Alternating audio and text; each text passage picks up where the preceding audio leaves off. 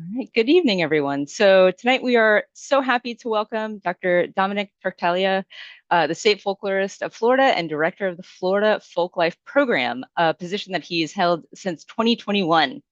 Dom is a graduate of Indiana University in 2019, where he received his PhD in folklore with a minor in anthropology and a concentration in food studies. He's a co-founder and creative director of Wisefolk Productions, LLC, and he also teaches in the College of Music at Florida State University. So without further ado, Dominic, I will give it over to you. I will stop my share and let you share your screen. Great, thank you. Hi, everyone.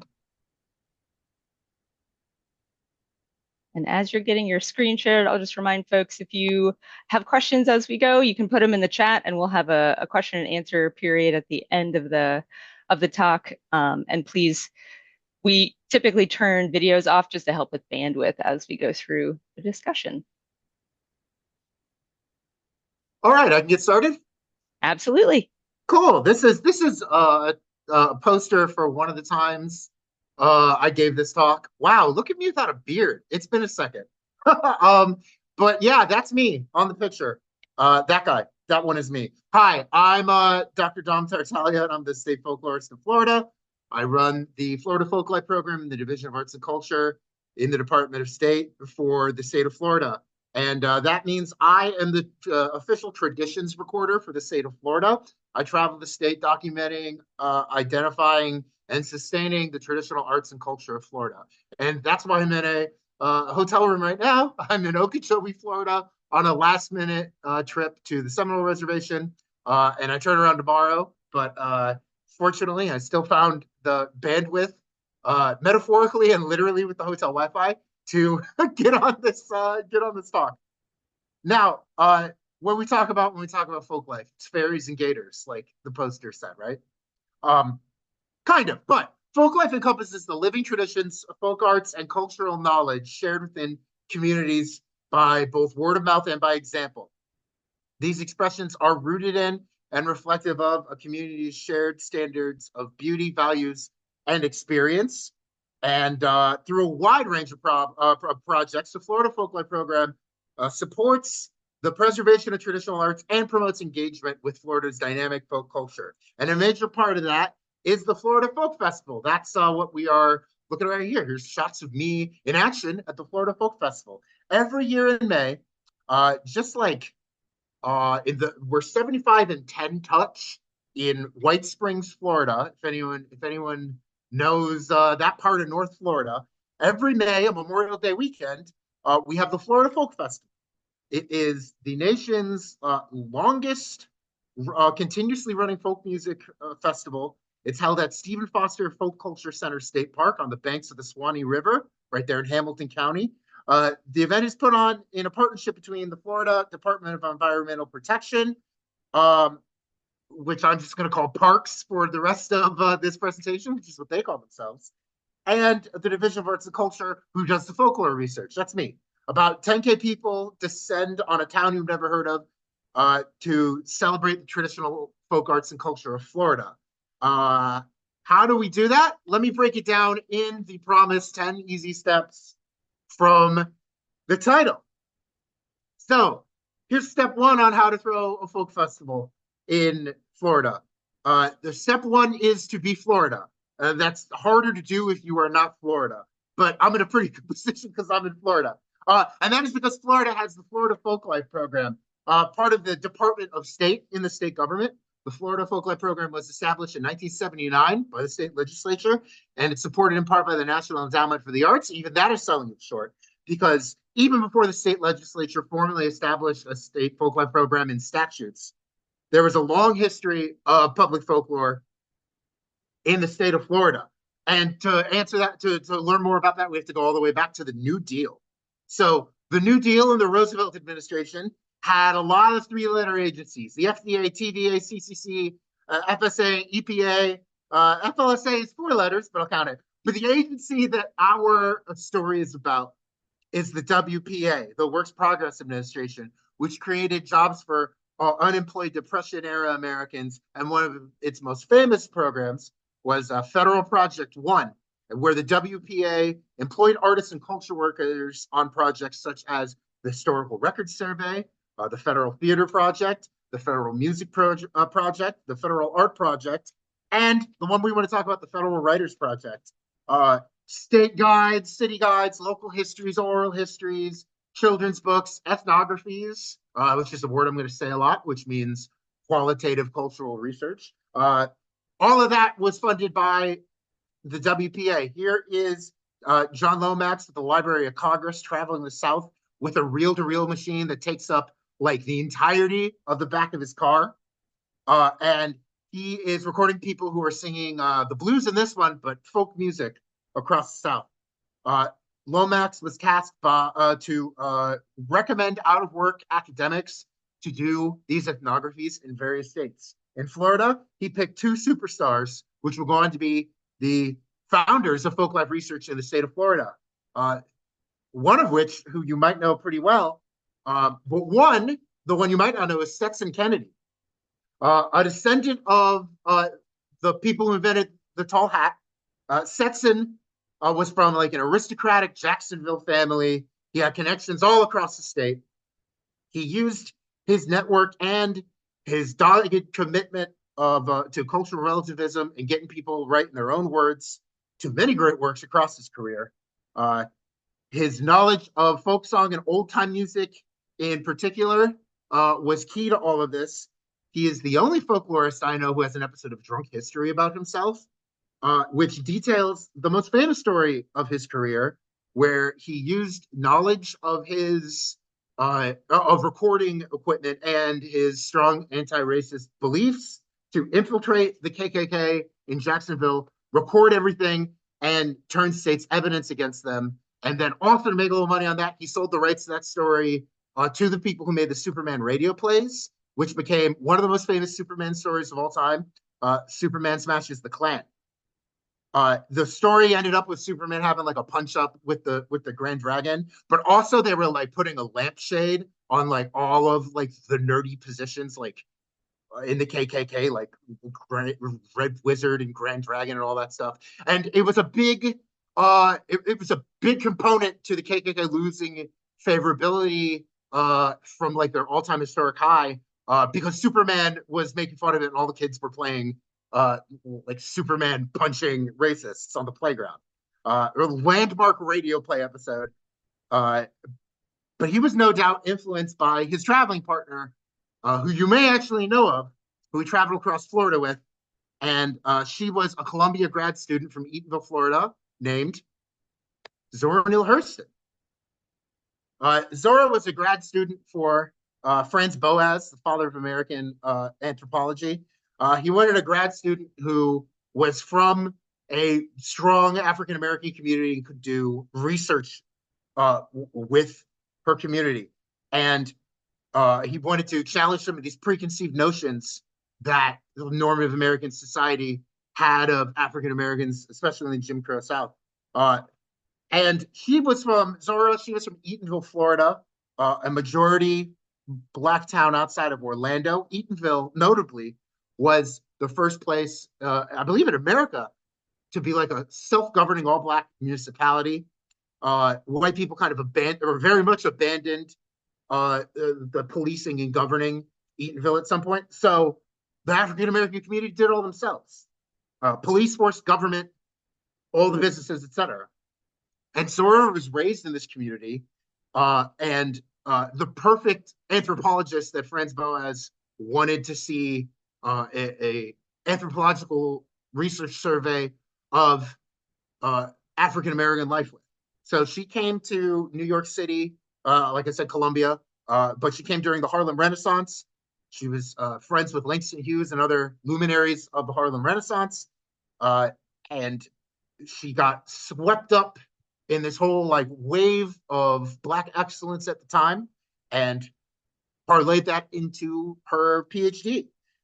When it came time to do some field research, she secured patronage with a wealthy philanthropist and several other private institutions. She went back to Eatonville, Florida, and started documenting the traditions down there. She traveled with Lomax and then Stetson Kennedy. as they recorded folk songs. And she was a special expert in songs that descended from uh, the traditional songs of enslaved peoples. She was doing these groundbreaking studies with sex workers in a phosphate mining camp outside of Polk County, who were like really her star informants for just talking about some of the traditions everybody in the camp had. It was very interesting stuff. To this day, the Florida Folklife Program still gets money from the National Endowment of the Arts and carries out fieldwork surveys in Florida, and it's basically working with the model that Zora pioneered in Florida. She had a long, productive career as a folklorist and an author. She traveled extensively throughout Florida and also the Caribbean, studying the folklore of the African diaspora. And she wrote about Black folk tales and of mules and men, about hoodoo and voodoo in her book about Haitian folklore, Tell My Horse. Notably, that book features a woman who was recently declared dead and brought back to life by a voodoo priest. Zora was the popularizer of the Haitian word, the Haitian Creole word for that into English, and that word is zombie. And of course, if you know Zora, you know Their Eyes Were Watching God, her novel, set partially in Eatonville, written in the Black folk speech she would have grew up hearing and speaking. A classic work, but however, Zora died penniless after several medical hardships, and her books were long out of print. We wouldn't get a Zora resurgence until another Floridian, Alice Walker, published a nonfiction story about finding her gravesite in Ms. Magazine called In Search of Zora Neale Hurston. Now she's taught in schools as one of our great American authors, but we recognize her here in the Florida Folklife Program as the mother of organized folklore scholarship in the state. She helped lay the groundwork for Florida as a model for the preservation and study of traditional arts. And so once that academic interest in folklore was started, let's flash forward a little bit to 1952. Ms. Ada Holding Miller, president of the National Federation of Music Clubs, was attending a Florida Federation of Music Clubs convention as a guest speaker in White Springs, Florida. And Jacksonville and North Florida in general was the hotbed of fiddle tunes, what we call old time music now. And this is a park named after a famous composer of what we now call old time music. After a tour of the Stephen Foster Memorial, which is now Stephen Foster Folk Culture Center State Park, Miller suggested to Ms. Lillian Saunders, right here, of White Springs, that this would be an ideal place to hold a folk music festival. And Ms. Saunders presented the idea to the state park, or what would become the state park, the Stephen Foster Commission, and they approved. But she needed a ringer. That's where we get these next two people in the middle. That is Sarah Gertrude Knott, the founder of the National Folk Festival. The National Folk Festival has been running for longer than the Florida Folk Festival, but not continuously. It rotates, it goes to a different city for a 3-year period and then moves to a new one. It just was held last month in Jackson, Mississippi. And Knott met with Ms. Saunders and also a community organizer and raconteur who everyone knew as Cousin Thelma Bolt. There's Cousin Thelma right there on the right. She was just one of those ladies. She was everybody's cousin, and she was going to get stuff done. She knew who to talk to and how to get him to do stuff. So they got there in 52, the first to secure lodging for the musicians from as many what Sarah Gertrude Knott wanted, as many ethnic groups as possible, of musicians from as many different ethnic groups in Florida as possible. And then in 1953, the first Florida Folk Festival began. It only, at the time, had one stage. Later, it was like a kind of put together wooden stage. Later, that stage would be replaced by marble from the old Barnett Bank in Jacksonville. When that gets torn down, the marble goes to re-up the wooden stage into a marble stage. And if you go to the Folk Festival this year and see the old marble stage, that is the location of the original stage that I'm talking about. The Folk Festival in 1953 presented, if you can kind of see from this, from the program right here, this one-page program, uh, Ms. Knott's idea of music and culture from as many different groups in Florida as possible. Minorcan Americans from St. Augustine, Seminole and Miccosukee people, the Greek Americans of Tarpon Springs, Jewish Americans, Czech Americans, Spanish Americans, African Americans, our state cowboy tradition, the Florida Crackers. School groups were there. They did singing games, square dancing, folk song, maypoles, rope skipping rhymes, string band music. Individuals and groups of adults presented ballads, superstitions, fiddle and harmonica tunes. Somebody played the saw, folk tales, sacred harp ensembles. When the festival closed, May 10th, 1953, the Floridians had been introduced to themselves and to their visitors in a way that both groups had never really seen before. When it was over, everyone agreed that this first Florida Folk Festival was a success and we should repeat it annually. Miss Knott wrote years later in 1969 in the program, little did we dream in the first 2 years of the Florida Folk Festival, with the young festival roots in the soil of the state, that in a few years hence, the Sunshine State would have developed a real folk festival particular to Florida alone.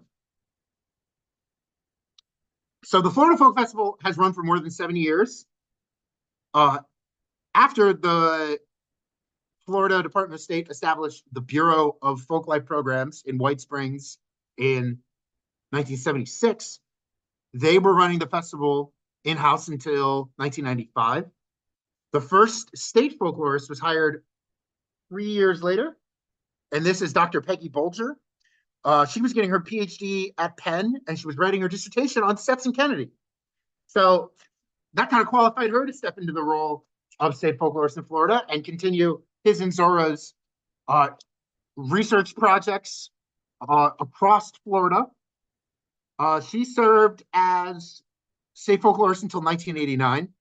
She was the creator of the Florida Folklife Collection, which includes many work of prominent folklorists in the state archives, both people who worked for the Department of State and the people who were working in Florida before the formal creation of the department. After leaving Florida in the late 80s, Peggy would go on to be the director of the American Folklife Center at the Library of Congress, meaning she oversaw all of the Lomax, Kennedy, and Hurston recordings in their final resting place. In 95, the Folklife program, like I said, was relocated to Tallahassee, and general festival administration was undertaken by the Department of Historic Preservation through the Florida Folklife program. In 2021, thanks to COVID and also some changes at the National Endowment of the Arts, the Florida Folklife program was moved to the Division of Arts and Culture, where a Folklife program in most states is located. All of that is saying, let's get into step two. Step two is get money from the NEA. You're going to need that NEA money. And the National Endowment for the Arts is an agency of the federal government created by the Johnson administration in the 60s that funds arts programming in each state. Every state, almost every, so every state has a state arts division in its state to spend the NEA money. And almost every state has a state folklorist. And these are the states in red are states with a state folklorist. So it's not quite 50 states, but it's the it's the majority of the states. And if your state has a state folklorist, then you have someone who can programmatically spend the NEA folk arts money. Every state gets $32,000 a year just earmarked for folklife. And if you don't have a state folklorist, they'll just throw that money right into grants. And that's good. People can pay. But you won't necessarily be able to do anything programmatic like all these fun programs, including the Florida Folk Festival that I'm talking about today. There was a COVID era vacancy in the state folklorist position in Florida, a state with traditional folk arts programming since before the NEA existed. So I got hired when it moved to arts and culture, and now I spend the NEA Folklife programming money. So what do I spend the money on every year? Okay, well, number 3, ethnographic research. The cornerstone of the work I do in the state of Florida is ethnography.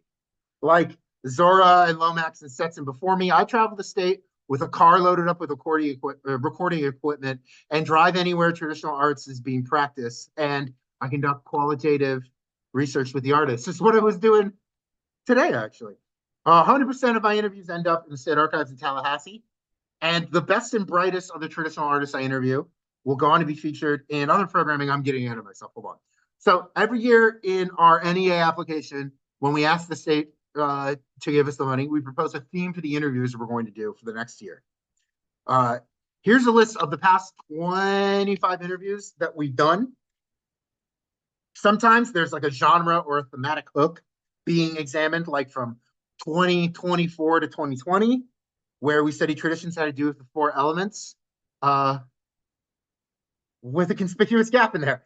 Or there's like a 2-year program, like in 1819, called Culture on the Move, where we interviewed immigrants. Sometimes it can be geographic, like this run we went on Southwest Florida, Miami-Dade County, St. John's River area, the Panhandle, Alachua, the Nature Coast. The pros and cons to running it like that, you have to basically move the office to a hotel room for an extended period of time, but it's way easier to do follow-up interviews. When you do something like the elements, you can like focus on one pocket of the state at a time. Like, you can do a week in Miami, a week in Orlando, a weekend in Tarpon Springs, a day trip to Bluntstown. Sometimes the NEA lets you call a survey 2001 of the Space Coast. And who let them get away with that? I got questions, but let's look at a fieldwork trip I went on a couple years ago for a brief example. Okay, so this is when I'm studying. The theme is air in the elements, and I'm looking for traditions that take place and or have to do with the air. So I call up Dolly, my friend here on the left, who's the director of Circus Sarasota, and say, "Hey, I want to interview an acrobat for the air survey." And Dolly says, "Oh, you can meet Noé. Noé is the patriarch of the Flying Spaniards." So I get tickets to see the circus, and I see him and his son do the Wheel of Death.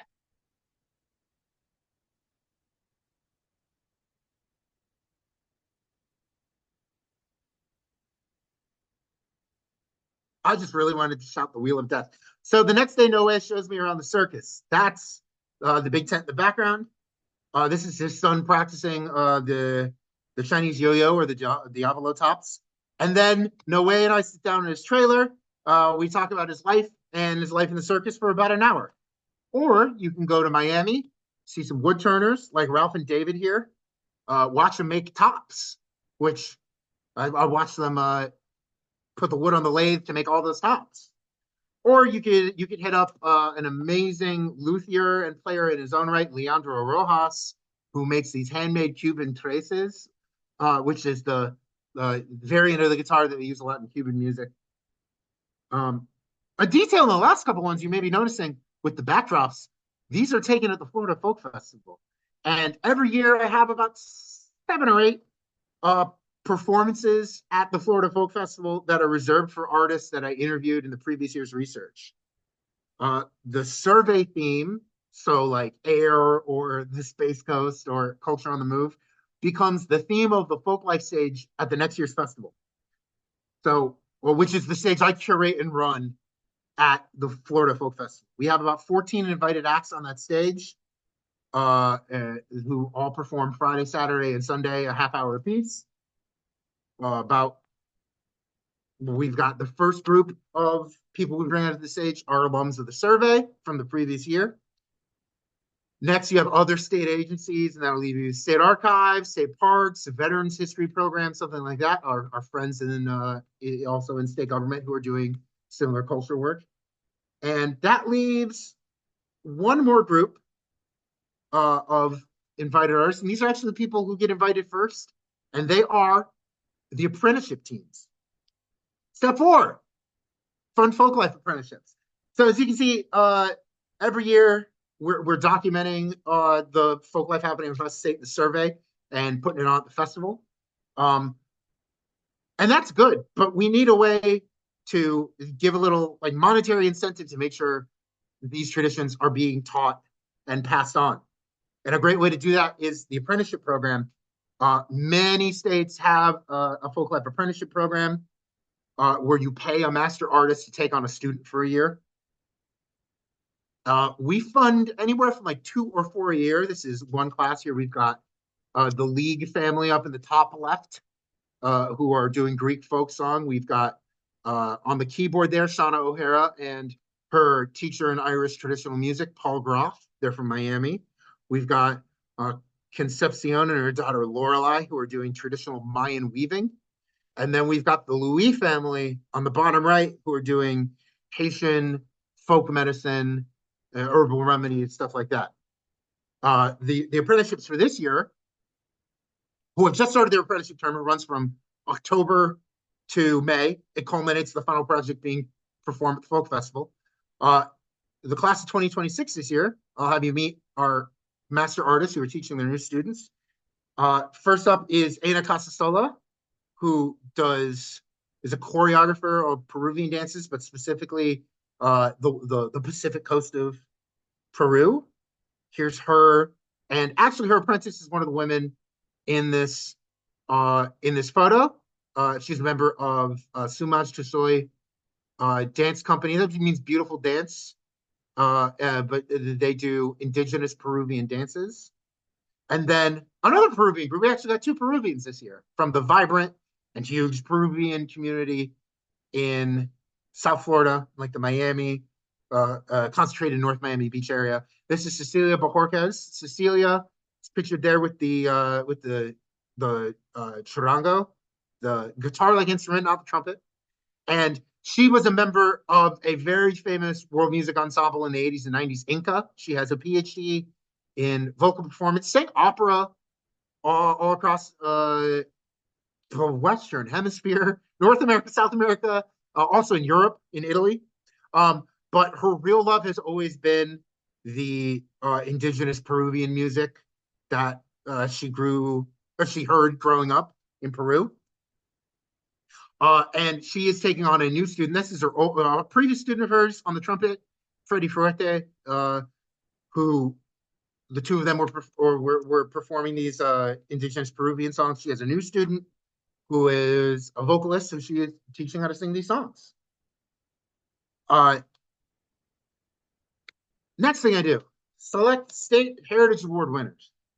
So I mentioned every year at the festival, we have the Folklife stage. Also on the main stage, we like to announce the State Heritage Award winners. And if we're lucky enough, we get these State Heritage Award winners to perform at the Folklife stage. We have like some slots open, which we do this year.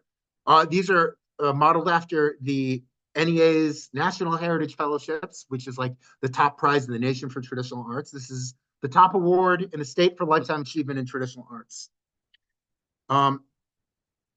Right before the headliner on Saturday night, we have a presentation where we show a video of the winners. There's me doing the presentation right there. There I am. I'm tiny, but I'm there. And we have, I can announce officially, we have a wonderful Seminole canoe carver named Pedro Zepeda, who is going to win the award for this year. Do I have audio on my screen share? Can I play this video? You can try. I think you might have had to click an option to share audio, but try it. Let's see. Anybody hearing that? No, unfortunately. Okay. Well, you can try to unshare and reshare if you'd like. I'll talk through it. So here's the Ukrainian Dancers of Miami. They were winners in 2024. So this is the video we played on the main stage. It's got compilations of various performances they did with dancers of all age. They spun out of the Ukrainian Club of Miami, which were Ukrainians fleeing like Stalin in the 40s that came to Miami. And very shortly afterward, they started doing these Ukrainian folk dances and performing all over Florida, South Florida, Tampa area, Epcot. They were commissioned to do a special song for UNESCO World Children's Day. It's gotten to the point where like the people who were like the little girls in like the 50s are the choreographers now. Like the original generation of the littlest ones are now the people who are choreographing all the dances.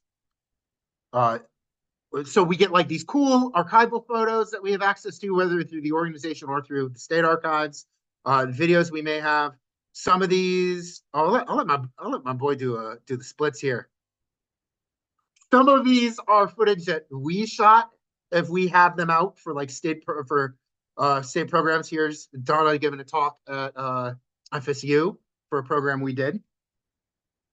So at this point, my contributions to the programming at the state at the folk festival pretty well planned out. So we've got the Folklife stage pretty done between apprenticeships and survey alums, and if we've got a Heritage Award winner who can make it, that's just the one stage. We got to fill 13 other stages. Actually, 12 this year. I should say in 2026 with the influx of cash we have from the National America 250 Commission, we're doing a America 250 stage with traditions that go back to the 1770s in the state of Florida, which is going to be real cool. I'm very excited about that. That's being run by Julian, our wonderful folklorist who does the Veterans Oral History program. More on him later, but we got like 12 to 13 other stages to book here, including the main stage, the Heritage stage, which has the big dance floor, the old Marble stage, that original stage from the 50s, many, many more. So every fall, and this happens around Veterans Day every year, Parks calls partners from throughout the state, folklorist music producers, performers, Heritage Award winners, stuff like that, to the Stephen Foster Folk Culture Center State Park, which is pictured here. And we start, we accept applications from across the state. This year we had, I think, 175 applications that we only have like spots for about 100. So the selection panel gets together and meets to review all of the applications. And, you know, the park, like I said, we're going to have 100 people, 100 performers at the festival. The park is going to go from this to this in a span of 3 days. So we really got to get our stuff together. Most of the people who apply to the Florida Folk Festival are singer-songwriters, like my friend Sarah McCullough here on the right, who's like the country singer, but also sings a lot of songs about Florida. She grew up in Clewiston, like right in the Everglades. I saw her today actually in fieldwork, and she was talking about how her dad had a sawmill that was on the Seminole Reservation. So like all the Seminoles came to him for wood, and they gave him a Seminole name which meant termite in the Miccosukee language, because he's the guy who cut all the wood for them. So she has all these vignettes to life growing up in Florida, and is in South Florida in the Everglades in particular. They could be performers who are alums of the Folklife stage, like Caribbean Groove here on the left. This is Yahida and Jutes from Caribbean Groove, who do Haitian folk music like souk and compa. I wish I had a million more Caribbean groups, people who we identified in the fieldwork survey and have gone on to do the main stage of the festival. Oh, incredible. So we're not uncommon to have these two kinds of like different like modes of transmission for music at a folk festival. We can have this more uh like folk music or traditional music like Caribbean Groove here, or we can kind of have this more commercial enterprise popular music that's very hyper located or hyper rooted in one location. Even though she's singing like mostly originals, she's doing it in like a very kind of Florida vernacular. For more on this phenomenon, the Timothy Chalamet, A Complete Unknown, the Bob Dylan movie, actually does a really good job of like the folklorist versus the singer-songwriter at a folk festival. If you watch that movie, think of me when the folklorist is fighting the sound tech to pull the plug on Dylan. That would have been me. And so these are like a kind of exemplary of the kind of acts we have at the folk festival. Another thing that happens at the folk festival every year, and this is a really cool, unique thing. We have the Sacred Steel Summit, and Alvin Lee, who's the gentleman on the left there, a Heritage Award winner from the state for his Sacred Steel ensemble. If you don't know Sacred Steel, uh, imagine you're at a Pentecostal church service in in South Florida, no AC, it's July. Do you want your prayers slowly rising to heaven with an organ? Or do you want like a steel guitar player wailing in the back of the room and completely like slamming on a guitar solo? I think if you're in a like a room without air conditioning in July in like Homestead, Florida, you will feel the spirit more if you got the steel guitar. And that's what happens here. They invite the Sacred Steel community, which is this like genre of like twang gospel, which is in a number of states: Tennessee, Ohio, Michigan, New York, but very has a very big stronghold in the Miami area. Um, and they all get together. They do church service, they do lectures, but mostly they're just playing like high energy, loud, twangy gospel music until the wee small hours of the morning.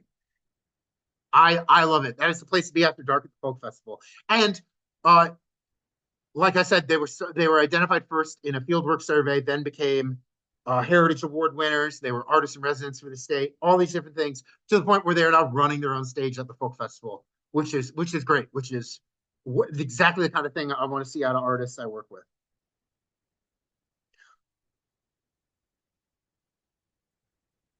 The next step is in order to do all this, I need help. Not like this. I need a staff. Sometimes I have a class from Florida State, the College of Music, like a Making the Folk Festival class, it's often called, like a summer A class of grad students who will come and be like my hands, help me set up the stage, help make sure the artists get to their call times on time. Also, all the artists who perform at the Folklife stage don't just like sit backstage. They have like a whole demonstration area adjacent to the stage where they have like booths where they can be working or talking to the public. So often these grad students will be my help there. Now I have a full-time staff. I have two full-timers with me. Uh, First up is Zach Morrow, who's a Folklife consultant, who you may see was one of my grad students back in the day. Now he is a full-time folklorist. This is Julian Duncan from the Florida Veterans History Program, the only wing of the Folklife program who actually lets people like park in front of a camera for 2 hours and do storytelling. It's people telling their war stories, but he is the person doing mostly narrative folklore. And that's me with my hair down. But I have lots of other people who help me out on stage. Sometimes we have folklorists, Matilda Lind, who's at the Aeromont School in Tennessee, but had done some contracted ethnography for us. Peter Abello from the Department of State, or we have some folklorists from the Folklife Council, which are like my board of directors, who are the people who actually select some of these awards. So here's Annette from FIU. Here's Celeste Landeros from Barry University. So they will come and help me curate the performances. I got to be everywhere. I got to be able to like drop something and run to the other side of the park. So they're often on stage helping me and talking directly with the artists, asking them questions as they perform. And the next step, get a van, because I gotta get a rental. I gotta get a rental van every year. I have so much gear I gotta bring. Enough gear would make your head spin. I gotta bring like 4 cameras, tripods, step and repeat banners, vinyl backdrops, merch, swag, freebies, things of that nature. All of it's got to be set up by like 6 o'clock Thursday in order to run the festival every day at 9 in the morning for 3 days in a row. So step 8 is run the festival. It's Friday, Memorial Day weekend. Now you got to run this festival you worked on for like a year. You better be able to run this. You better be able to read this map, know the difference between like the heritage stage and the folk life stage, know where the amphitheater is, know where the streets are one way, how long it takes to get to Sacred Steel on the other side of the park, etc. And then here's the program. They'll print an easier to read insert for the folk life stage. But this is just like one page of the 4 pages per day. Each day will have 4 of these in the program. Once you get through Friday, you feel out how long each stage transition is going to be, who talks the longest, who needs what kind of music and like the text setup. Saturday and Sunday get easier the more you do it. Step 9 is arguably the most important step. Why? I think why we do this in the first place, a big reason why we do this in the first place, and that is to document everything. Every stage across the park is recorded for archival grade audio. That all goes to the state archives. My stage has cameras running all day. There's two big benefits from having a festival like this. One, you have an excuse to feature living traditions under a mic'd and lit stage. You can create these high quality footage for the state archives, for YouTube videos, for posterity in general. It's a little artificial. You are kind of building like this like a little like performance enclosure and like shining a light on people and being like, stop by and stare at these people as they're working. But you're not going to get a better recording of traditions than doing it at a folk festival like this. The other great benefit, number 2 or 10 or wherever I am in this, the 10, professionalize the traditional arts. And I was like, this is what I work for. This is really what I do in the state of Florida. Our artists start the process of working with the Folklife program thinking the traditional arts they practice are either like a hobby or a passion. Okay? My position and folk arts positions in state governments exist to show them this is a job. And we get them on the festival stage for paychecks. Then I show them where the rest of the money is. And these are some of our alums who've gone on to great things. You could be Susanna Behar at the bottom, who won this big grant from Dade County. I didn't even talk about county level funding, but there is money in the county level that you can win to be like to practice traditional arts. She does Sephardic music, and she won a great grant one year in order to be like the county artist in residence and perform the Sephardic folk music across Dade County. You could be like the Ukrainian dancers of Miami, who I showed you a little bit in that video, who were our artists in residence one year, meaning they did 10 shows across Tallahassee in 1 week at FSU, at high schools, at grade schools, doing one-on-one talks. They even had a wonderful thing where they hosted an arts and craft night with refugees from the Russian invasion of Ukraine, who were settled in North Florida. And it's like I said, they were leaving in the 40s during World War II, and they were mostly Western Ukraine. These people mostly Eastern Ukraine, leaving the past couple of years. So there was kind of like a gap, because it would be like, if you're from Florida and California and you're in Europe and they're like, look, America, I don't know what goes on over there. But eventually they were like, they were just best friends with these people they met the night before, and they were so gracious, and everyone's having such a great time. Or you could be, I mentioned Dolly Jacobs at the circus. You could be a National Heritage Award winner. There she is, winning a National Heritage Award for the World Class Circus Sarasota. Speaking of Heritage Awards, let me tell you like a great success story in the program. And I showed her and her family earlier doing Haitian folk remedies. This is Lillian Louis. And Lillian, I think, is at this point, Lillian is our most awarded artist. She's kind of like all of the state programs I have mentioned. She's done it. Survey alum, folk festival, Heritage Award. She's been like a guest speaker places. But let me tell you a little bit about her story when I'm talking about how to professionalize the traditional arts. She was identified in Little Haiti, Miami in the 80s.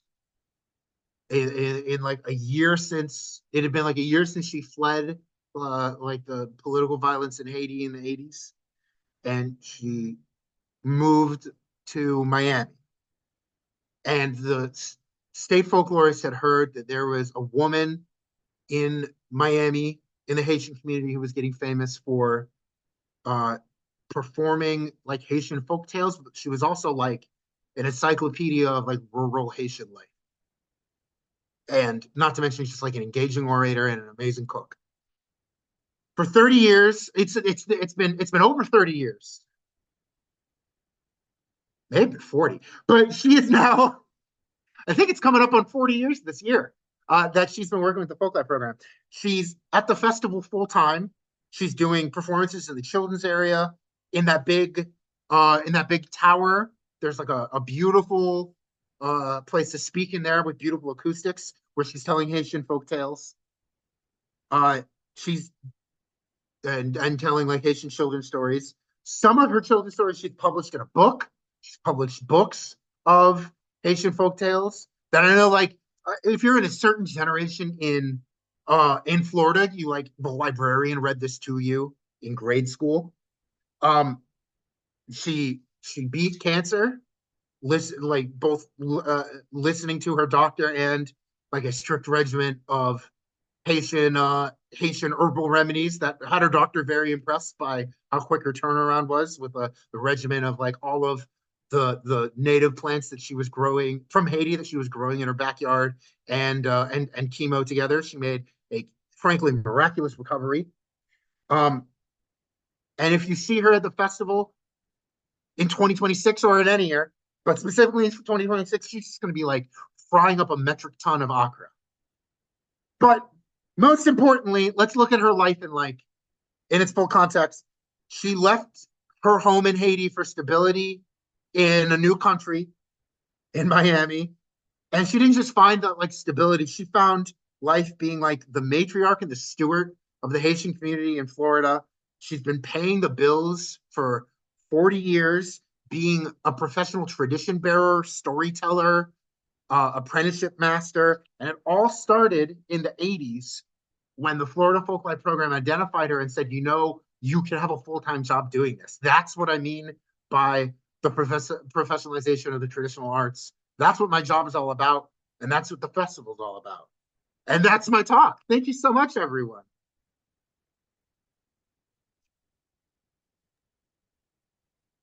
That was great. Thank you. I was laughing at all of your jokes. I just want you to know it was very, I Thanks. feel Thanks. like it can be hard to give a talk to mostly names, little nameplates, but that was great. So if anybody has questions, you can feel free to unmute yourself or put it in the chat. Um, and while folks are doing that, I do have a couple of questions. So I think my biggest question is how do you decide who you're going to interview? Like you were talking about a theme of air. Like how do you even start? I feel like there are so many ways that could go. Can you tell us a little bit more about how you actually figure out who to interview? Like how do we pick the theme or how do we identify artists who match the theme? How do you identify artists that match? Um, I am basically working with some like copy of a copy of the Rolodex that goes back to like Zora Neale Hurston and Stetson Kennedy. I think the most impressive thing is like the institutional memory has found a way to be passed on from folklorist to folklorist. Um, so I still talk to Peggy Bolger all the time, and she can like recommend people for me. But basically, like one, I just got to be like everybody's friend and like have a big network and just hope that like if for example what happened today on my research trip, I had been trying to get in touch with this particular person who for like the entire 2025 and didn't recognize my number, didn't return my calls. I When I was at the selection panel for the folk festival in November, I had mentioned that offhand to someone I just met, and he was like, oh, do you need me to give him a call? And I'm turning in next Friday. I am turning in all of this to the archives. So it was like the very last minute. I just like mentioned my job, and someone was like, "Oh yeah, I have his number. Just when can you make it down to the Brighton reservation?" So it's kind of like that. We'll sometimes make like inroads into like different like local, either local arts agencies or like local museums are a good place to start. Um, if there's like the universities as well. We'll just hit people up and be like, who do you know in town who does X thing we're looking at? These past couple of years have been pretty easy because there's like a small group. So these past couple of years that we've been doing this 2-year research survey we're on have been either Heritage Award winners or alums of the apprenticeship program. So that's a much smaller possible sample. Um, but still, some of these people like have not worked with the Folklife program since the '80s or have never met me before. So it's still its own kind of challenge to get there. Um, but often we will just have like a big whiteboard and just like brainstorm for a couple of days until we're just like, we'll have a map of Florida and we'll just be like, what kind of air traditions are they doing in Pensacola? And then people like, oh, sails. Let's find a sailmaker. Does that answer your question? Yeah, that's really interesting. Thank you. Marcy put in the chat, how many stages are set up at the park, and when do you start choosing the artists for the 2026 festival? About 14 stages are at the park. That includes for 2026 the Folklife stage, which I invite the America 250 stage, which the Folklife program is also inviting the artists there, and the Sacred Steel Summit. The rest are selected by parks or by the director of the park who's in parks. But I'm like they're like that selection panel is pretty diverse, and that goes up in November. And I think she's making calls right now to artists, like starting to negotiate for the 2026 festival. So that starts in November or maybe in October when the apprenticeship program starts, because whoever wins a Folklife apprenticeship are technically the first people that get programmed at the festival because that's their final project is performed at the festival. So we are right in the thick of it. We are starting to program the stage for 26. Do you have your van rental lined up yet? Not yet, no. Okay. And I'll put in the chat. So I found the YouTube link to the drunk history Thank you. episode that you talked about, and I'll also put in here the website, the Florida Folklife Program website, and Mhm. also their YouTube channel because you talked a lot about, you know, I feel like the performance and actually seeing and hearing these things is important.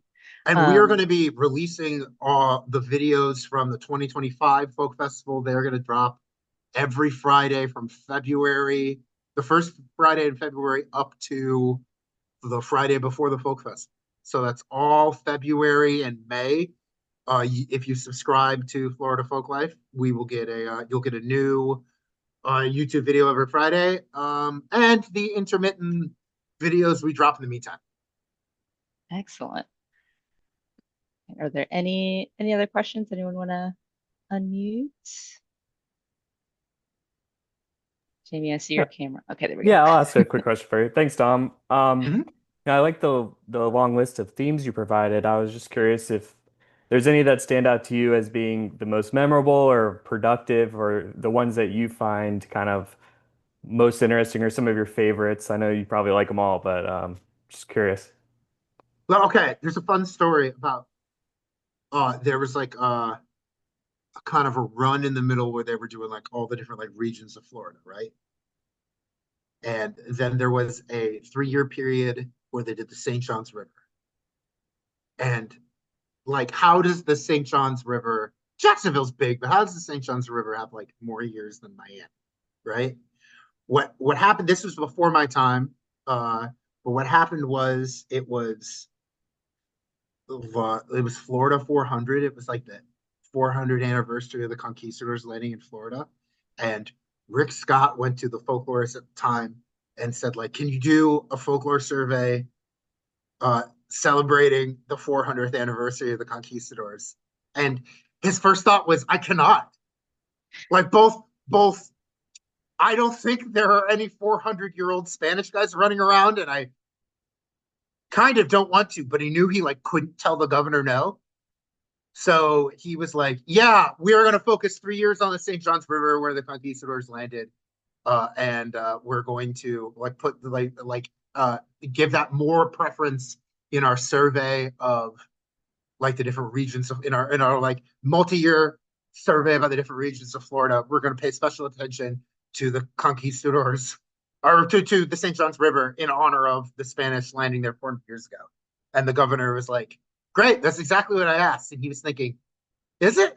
But everyone was happy with it, and that's I think a great story about how you got to be flexible and navigate some of these things when you have so many bosses in state government, so many agencies above you who are making these these asks of you, and they uh, will have like an idea or like an agenda that either comes from the governor or comes from Washington or comes from wherever, and you got to find a way to spin that into something that actually gets the artists in Florida paid.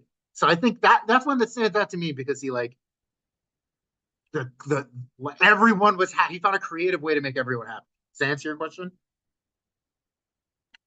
Yeah, thank you. Mm-hmm. All right. Any other questions? So we're right about at time, so this is perfect timing. Give it just a second. All right. All right, I'll slowly lead us out then. Well, thank you so, so much for coming. I appreciate your energy. This is fantastic. I can't wait to put this link out on our social media and share it with everybody. Thank you for your time. Thank you for sharing the incredible work that you and your team do. And I hope everyone has a wonderful evening. And if you're at the folk festival this Memorial Day weekend, stop by the folk life area. I'm the tall guy with the camera running around. Flag me down and say hi. You were at this. You were on this call. Now I know to look for the hair too. That'll be fun. Oh, well, sometimes Sunday. It's down on Sundays. It's Okay, all down on right. Sundays. Okay. All right. Thank you so much. I hope everyone has a good night. Thanks, Tom. Happy Thank holidays, you. everyone.